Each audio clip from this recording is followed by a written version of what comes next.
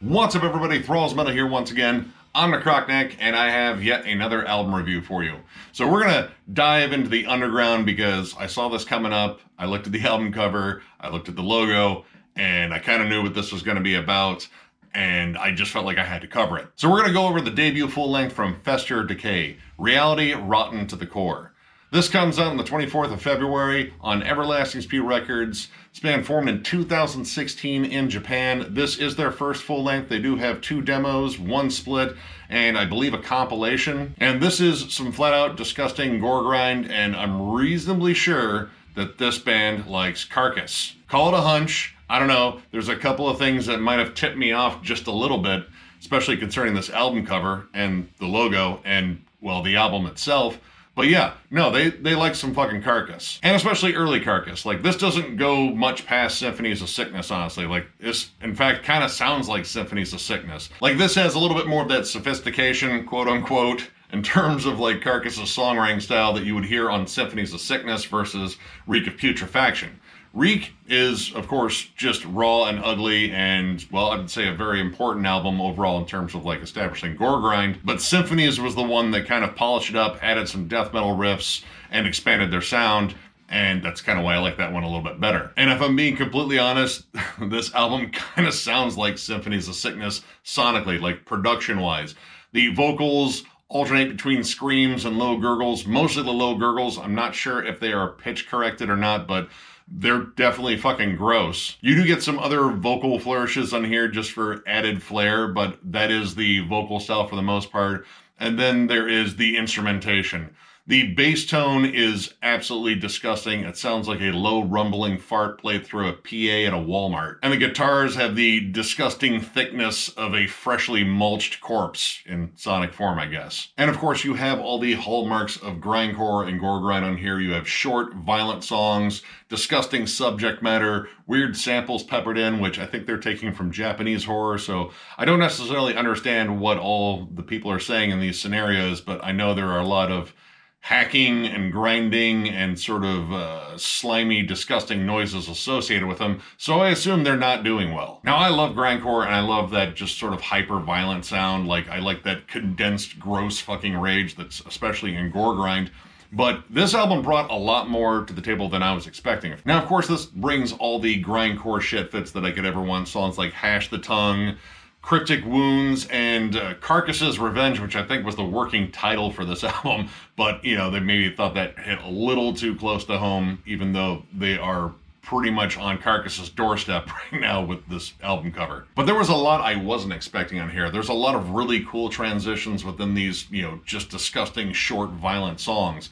There are elements of thrash metal, hardcore. There's even doom metal on here, like songs like Stench of Decay and From the Dark Womb both have pronounced doom metal sections. Stench of Decay starts off slow and disgusting, more akin to a band like Coffins or Anatomia, just right from the rip, before going into just a fierce grindcore slash death grind section. And with gore grind, I feel like you can say death grind or grindcore there because there's definitely elements of both there, because there's tons of death metal riffs on here. And there's also tons of grindcore riffs. Like, you have alternating, you know, like death metal tremolos to like that fierce down-picking sort of like grindcore riff that you associate with all the fucking grindcore bands out there, but, you know, namely like Napalm Death and Nausea and shit like that. But hearing slow doom metal riffs on a song, especially From the Dark Womb, which actually stays slow and just kind of brooding for at least the first half of the song, until it hits the minute 40 section and just completely loses its shit and remembers that, hey, we're a fucking grindcore band, we need to pick up the fucking pace. But hearing those doomy elements, that's another layer of atmosphere in here, and there's already enough atmosphere on here, but it's a very particular kind. Like, it's the kind you associate with gore grind. Like, doom metal feels more ominous, feels more just, you know, oppressive. And to hear that on a gore grind album actually kind of, like, you know, made it a little bit more engaging at times. That more death doom breakdown on Stench of Decay is particularly good. There's a really good, like, crawling, descending riff to it. Like, it sounds like you're sliding down a fucking body chute directly to hell. Hell, there's even brutal death metal moments on here. The song Disintegration of Organs starts off kind of slow, groovy, a little bit of like that death doom tinge to it, but it slowly morphs into just like flat out Dying Fetus style slam riffs. A lot of this, I would say, is comparable to bands like, Exhumed, Hemorrhage. They're, pretty transparent about their love of Carcass as well. And I would even say Fluids too, especially in the more groove-centric parts where they're kind of just chugging along on a riff. This album is definitely very blast beat happy, but honestly, it's the groovy sections that really stand out. And honestly, when they lay on some grooves, they bring some of the best fucking riffs on the album. You get sort of a combination of like death metal and hardcore and thrash metal on these moments. And I really wasn't expecting the amount of groove that I found on this, to be honest. Like, there's a lot of good, like, headbangable sections. Granted, these songs are short, so you gotta kind of get in that groove while you can before they decide to change it. But when they hang on them, and they do hang on them pretty fucking well, they're awesome. Like the song Fall and Grind, which I'm not entirely sure what that song title's about. Maybe they watched a video of like that grind machine, like people throw like couches and chairs and all sorts of shit in. But the song opens up with this cool like kind of off-time hardcore rhythm. Like it really feels like something you would hear in a Snapcase album, honestly. But then it shifts into like D beats. There's some nasty thrashy riffs. It almost kind of has like a crossover like sort of energy to it, albeit like a gore grind song. And with all these different elements coming in together, hardcore, death metal, all the thrash metal sections, it kind of keeps this, interesting. Like, it kind of keeps it fresh. This doesn't feel like they're just aping Carcass entirely. It feels like they're bringing in a lot of different influences. Like the last track, Reconstruction of Malignant Miasma. That's a mouthful. One of the most different songs on here because it starts off like a hardcore song. In fact, the vocals even change on here to like a sort of hardcore scream. It kind of sounds like a ranting, raving lunatic, but the riffs themselves are more hardcore. Like that's sort of like just like punk strumming, there's D beats. It's definitely more of a punk song up until it shifts into like more death grind territory. And it's the longest song on the album at almost 4 minutes, and that's practically like a fucking progressive metal song for grindcore because you're not supposed to go much past 2 minutes. And don't worry, much of this album doesn't go past the 2-minute mark. But even after it shifts to its more comfortable like grindcore bass, it kind of goes back to the breakdowns again and just kind of gives you more groove and more riffs. This is something that really kept my interest because they don't overuse a lot of the same, tropes and styles of gore grind, especially in the realm of carcass worship. There's a lot of other cool things on here and they pivot back and forth between them, not abandoning the sound overall, but giving you like some samples of other stuff that they're into while integrating it into this flat out carcass worship sound. You don't lose any of the primal energy of gore grind at all. It just comes off a little bit more creative. And even when they're locked in on just the flat out carcass sort of like gore grind, death grind sound, they still do it really well. Exposing the Skin Tissue is pretty much straight up death grind. It really does not deviate much from it. You have great tremolo riffs. There's some great galloping chugs on there. Nothing about it really comes across as thrashy or hardcore. There's no doom metal in it. Like, it's just a straight up banger of a fucking death grind song. The only thing strange about it is just kind of out of nowhere comes this ranting, like crazy fucking person vocal, and then it just kind of goes right back to the gurgling guts style that they kind of just do all the time on here. That and the end of the song where it sounds like dude blew his nose into the microphone. I'm not entirely sure what that noise was, but it was weird and a little gross and, well, appropriately gore grind. I also gotta say that this album flows really well. They really don't overuse like a lot of samples or like extra atmosphere too much. Like, it's in there just enough.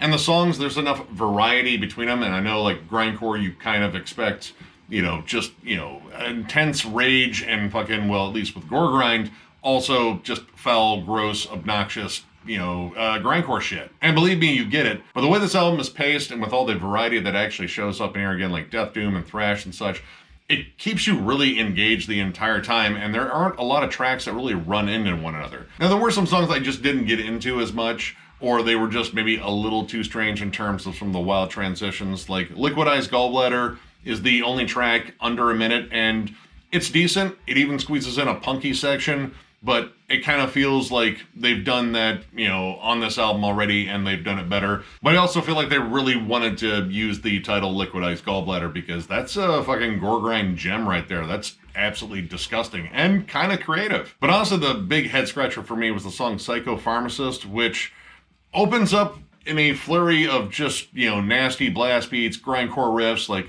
it's just chugging along, and then it just stops. And then it just fades into this kind of old school death metal kind of song. Like, it's groovy, it's got a nice riff.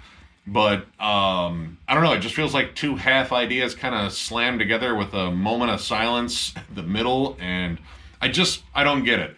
Like, with Japan, in terms of metal, I expect weird and over the top because they do it so fucking well. Like, I'm not entirely sure, but I think the opening track, Rotten Festerdecay, there might have been a saxophone in there.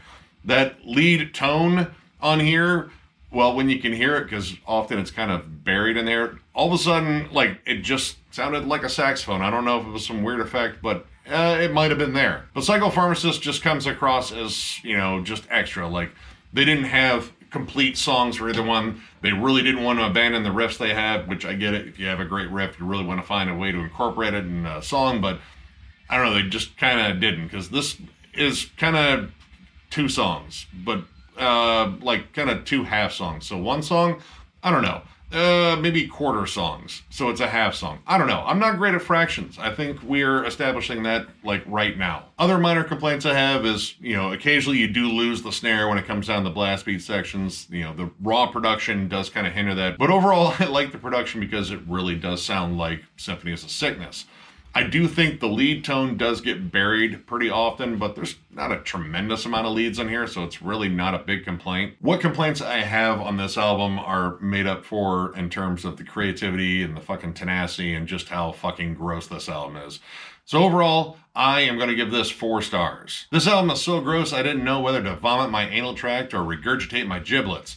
Either way, it would have been a celebratory retching because this album is flat out sick. I love Carcass, so this was kind of an easy win, but honestly, this kind of went beyond the call of duty in terms of just incorporating a lot of stuff that I wasn't expecting and doing it really well.